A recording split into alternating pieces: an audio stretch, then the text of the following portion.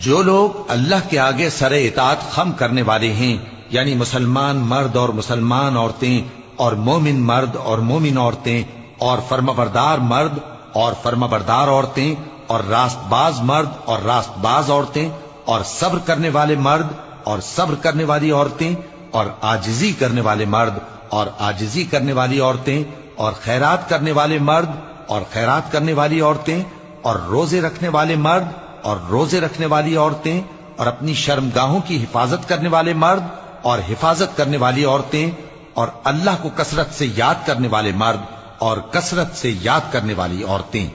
کچھ شک نہیں کہ ان کے لیے اللہ نے بخشش اور اجر عظیم تیار کر رکھا ہے، اور کسی مومن مرد اور مومن عورت کو حق نہیں ہے کہ جب اللہ اور اس کا رسول کوئی بات طے کر دیں تو وہ اس کام میں اپنا بھی کچھ اختیار سمجھیں،